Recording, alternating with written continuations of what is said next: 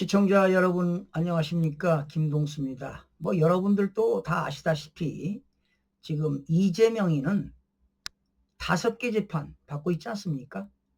8개 사건, 12개 혐의로요. 지금 이렇게 재판을 받고 있습니다. 자, 지금 대통령에 당선이 됐지만 지금 이재명이의 사법 리스크가 종결이 됐습니까? 전혀 종결이 되지 않았습니다. 원래 6월 18일 날 대법원에서 파기환송으로 유죄취지 파기환송으로 원래 재판이 있었는데 사법부가 그냥 무릎을 딱 꿇고 엎드리지 않았습니까? 바람도 불기 전에 그냥 누워버렸습니다. 그래서 이렇게 재판이 지연이 됐는데요. 자, 이런 상태에서 말이죠. 지금 집권하지 않았습니까? 그러면 모든 인사, 정책에 있어서는 더욱더 준법 의식을 보여주는 것이 정상이라고 보는 겁니다. 여러분, 이미 제가 방송해드렸지만 지금 더불어민주당 김용민 의원이 대표 발의한 형사소송법이라고 있습니다. 일명 재판중지법이지요. 김용민 의원이 형사소송법 306조 6항입니다. 6항을 신설했어요.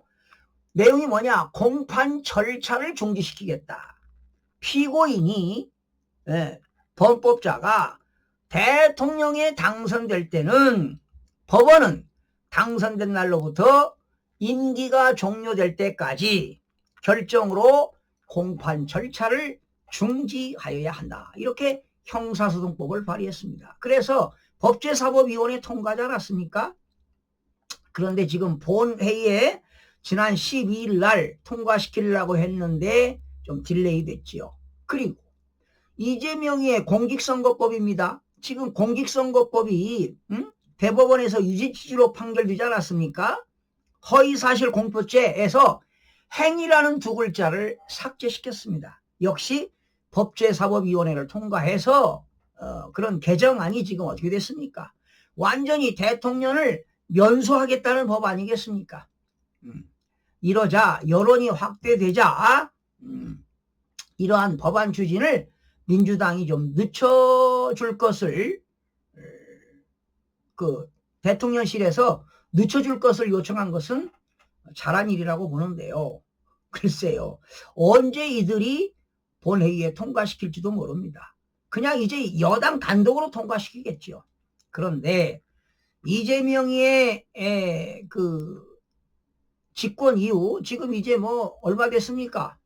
얼마 안 됐지만 지금 국무총리를 누구로 지정했습니까? 김민석입니다. 김민석이 국무총리 후보자. 그리고 국가정보원장 누굽니까? 이종석이.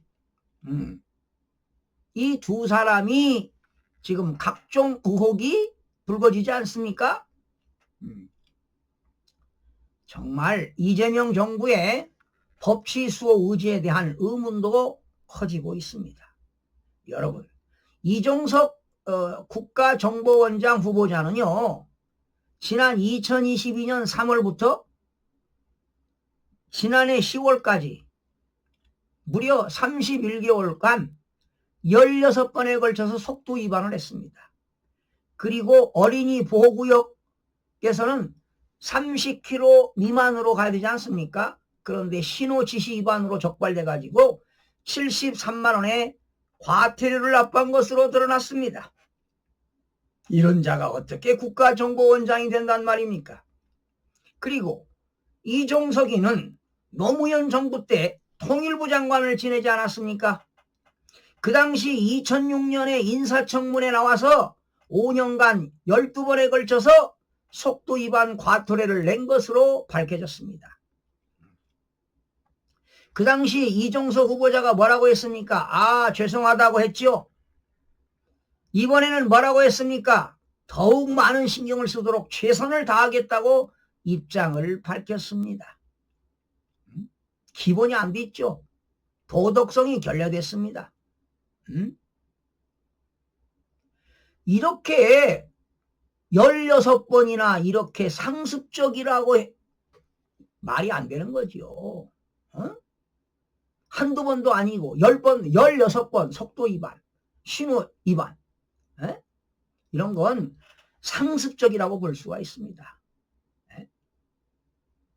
이렇게 도로교통법규를 위반을 지적이 됐는데 지금까지도 이런 버릇이 고쳐지지 않고 있다는 것 아니겠습니까?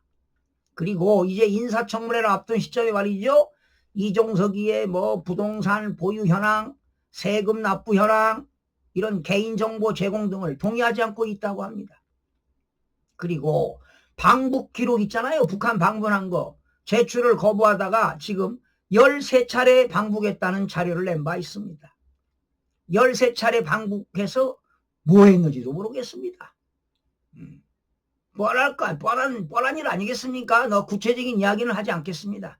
자, 그런 가운데 여러분 김민석 후보 여의도에서 지금 국회의원 했죠?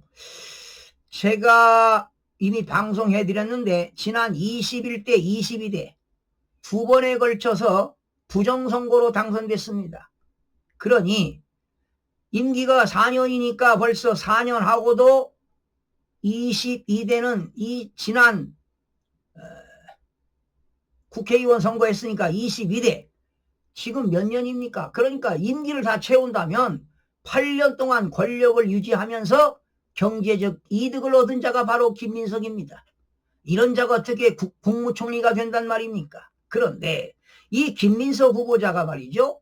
재산 증식은 물론 채무거래 의혹에 대해서도 해명을 하고 있지만 명쾌하지가 않습니다. 그리고 2002년이죠. 서울시장 출마 당시에 어느 기업으로부터 2억 원의 불법 자금을 받은 혐의입니다. 법인으로부터 받았습니다. 그 당시 제가 알기로는 법인들은 정치 자금을 줄 수 없는 걸로 알고 있는데 그래서 기업으로부터 이런 불법 자금을 받지 않았습니까?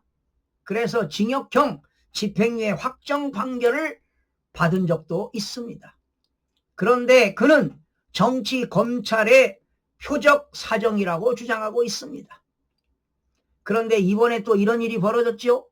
모친의 빌라 전세 거래 의혹도 불거진 바 있습니다.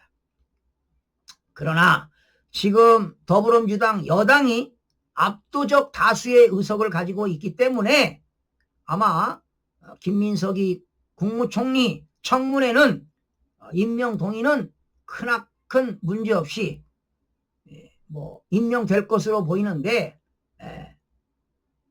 그렇다고 본인의 재산 증식과 채무거래 의혹을 뭉개도 된다는 말입니까? 절대로 뭉개서는 안 됩니다. 여러분 지금 대통령도 가짜 대통령 아닌가요? 왜 부정선거로 당선됐지요?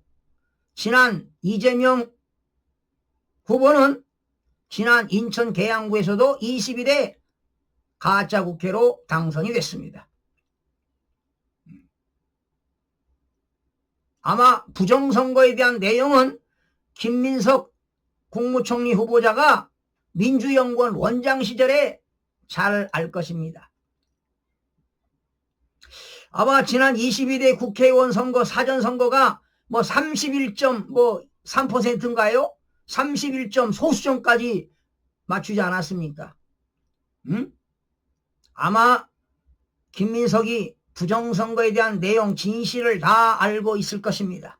그래서 대통령이 되었던 국무총리가 되었던 국정원장이 되었던 법 이외의 존재로 비친다면 국민들은 여러분들을 어떻게 생각하시겠습니까?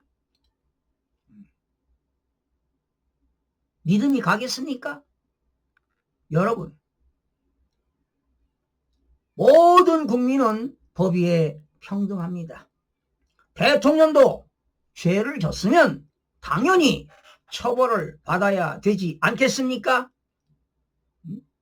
그런 가운데 대통령이 면소할 목적으로 이렇게 형사소송법을 개정하고 공직선거법을 개정시키고 법원 조직법을 개정시켜가지고 대법관을 16명에서 30명, 100명으로 증언한다는 그런 법안을 발의하는 그런 자들 용서할 수가 없습니다. 대한민국은 지금 2014년 사전선거 제도가 완성된 이후에 사전선거에서 국외투표, 관내사전투표, 관외사전투표에서 부정선거를 저질러 왔습니다. 중앙선거관리위원회는 완전히 범죄 집단입니다. 해체되어야 마땅할 것으로 보입니다. 국민들의 봉기가 있어야 할 것입니다. 국민의 저항권이 발동되어야 한다고 봅니다. 여러분, 대한민국의 부정선거를 진실을 규명해야만이 자유민주주의와 법치주의와 산권불불 유지 발전시킬 수가 있고 자유시장 경제체제 그리고 한미동맹을 강화해야만이 한국의 안보가 안전하다는 것을 국민 여러분들이 인지해야 할 것으로 보입니다. 시청자 여러분 고맙습니다.